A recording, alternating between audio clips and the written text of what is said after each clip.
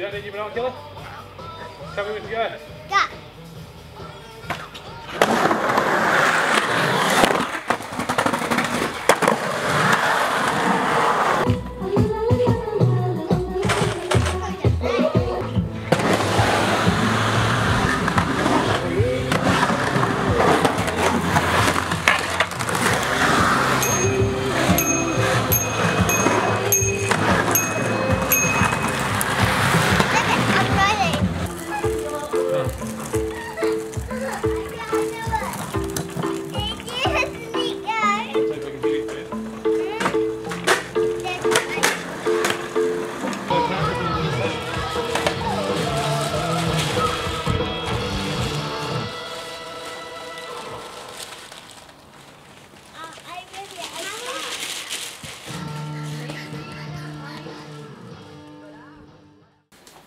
Strange growing up in a small town where it's Oamaru, man, you know, like there's nothing you can do that isn't noticed. So the art became being clever enough to do things that you didn't get in trouble for, or not, I wasn't a bad kid or anything, but you know, being a skateboarder I was instantly labelled as a bad kid, you know.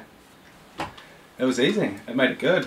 It wasn't that I wanted to be different or cool or anything like that, it was that it was my art, you know. I wasn't one of those dudes that was naturally good at skateboarding, you know. You meet those people and they're like, yeah, I've been skating for 2 years and they can do shit. You're like, what do you mean you've been, like, and I guess my art probably comes into that as well, where it's, I was never naturally gifted at things. I just seen them as like a craft or a trade, and like the more time you put into them, the better you get at them and the more rewarding they become, eh? You know, it's like snowboarding and golf and all of these things. It's like, if you're not slightly good at them, they suck. You know, you've got to put enough time in to be able to enjoy it. Otherwise it's like, and you know, part of that is like building the skate park. It's like, you have to enjoy building it. Otherwise, what, you'll rush it and do some shitty ass job of it and it'll fall apart, you know. It's the act of doing that really gets me going, eh. It's not necessarily even the final outcome, it's the process of doing something, eh? I think of myself more as like a problem solver than an artist, if you know what I mean. I don't feel like I have artistic freedom in what I do. It's that I practice what I do, and you want to evolve every time you do another one, eh? Each time you do something, of course you want to up the last thing, eh? Otherwise it's just boring, mate. You go stagnant and get over it. I fiended out on things. I remember once I was digging in my buddy's backyard when I was all of like 7 or 8, and I found this coin in the ground, and I'd just become fixated with coin collecting, where I would like earn pocket money and go buy coins with that shit, eh? That's crazy. Just collecting, eh? I'm definitely a collector. I like tangible things, eh? It's nice to be able to touch things and compare them and look at them and pumped on it. But yeah, so I always liked drawing, and through skateboarding I found I got exposed to this whole new form of art I'd never really seen before. And you know, like just the brightness and the, it wasn't really comic book art, and it wasn't really, it was just a whole different thing. It was sick. And then yeah, and in painting on my skateboards, I guess I was probably, I don't know, 18 or something, and I first started off with like just coloured paint, and then, you know, every now and then you just paint on the top of your board, and it always ended up being these weird organic things, because colour just, I don't know, I couldn't really work it properly, I don't think. And then from there I naturally sort of steered into like contrast, where I felt that white was the perfect thing to go on black, you know. There was a point where I was like, right, less is more, and it was become more about sort of composition and utilising the black on a skateboard, you know. Previous, like my early ones, was about cramming as much in there as I possibly could, and then it naturally became this thing where it was like, right, it's the absence of space. I guess my stencils first started getting a bit more serious when I was in London, where in that I just thought about them a bit more and I put a bit more time into them, and you know, it was sort of as soon as I broke that level of single layer stenciling, it kind of opened this Pandora's box where it was like, wow, you can do anyone or anything, I don't know. You know, so I had this thing happen where I was like, wow, maybe I put all my time into just one image, you know, going back to what painting was, you know, like oil portrait artists, you know, where instead of trying to produce lots of these little things, just producing one grand thing, you know. I found people asking me, it's like, who's that?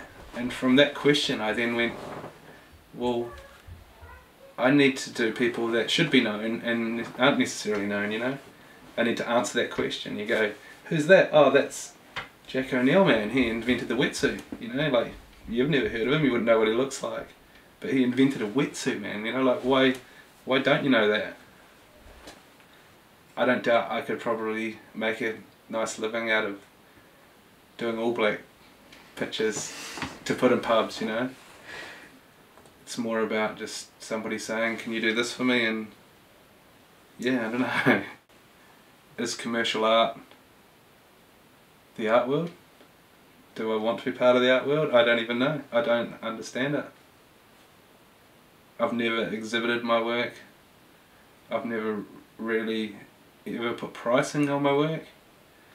10 grand coming into my life the week before Christmas was incredible, like beyond amazing. It's surreal. But when you've got a family of young children,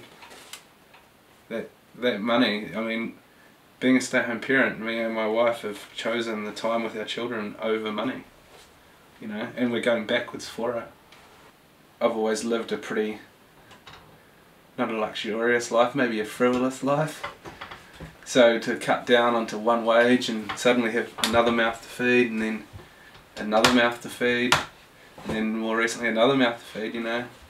It's like, over the last 4 years, you know, we bought a house, and it's a case of going, right, we've got a mortgage, it's a huge debt, but I don't know, I don't think of it as debt, I think of it as like collateral, where I go, why would I forfeit these 5 years with my children when I can pay it off when I'm 50, you know? When they're gone, I'll work my ass off and pay off my debts then, I guess. Money's not important, man. If you're happy, money's just a number that ticks on by. What do, you know? Everyone's like, oh, you need to exhibit, you need to take all of these traditional means of selling art.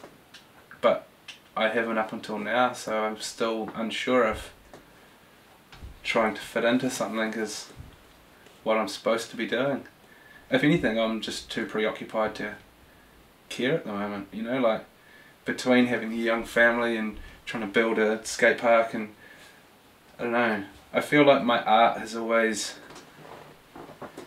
been my freedom, not my job, you know. It's nice that I've always had the luxury of being able to say, oh, this is what I do in my spare time, you know.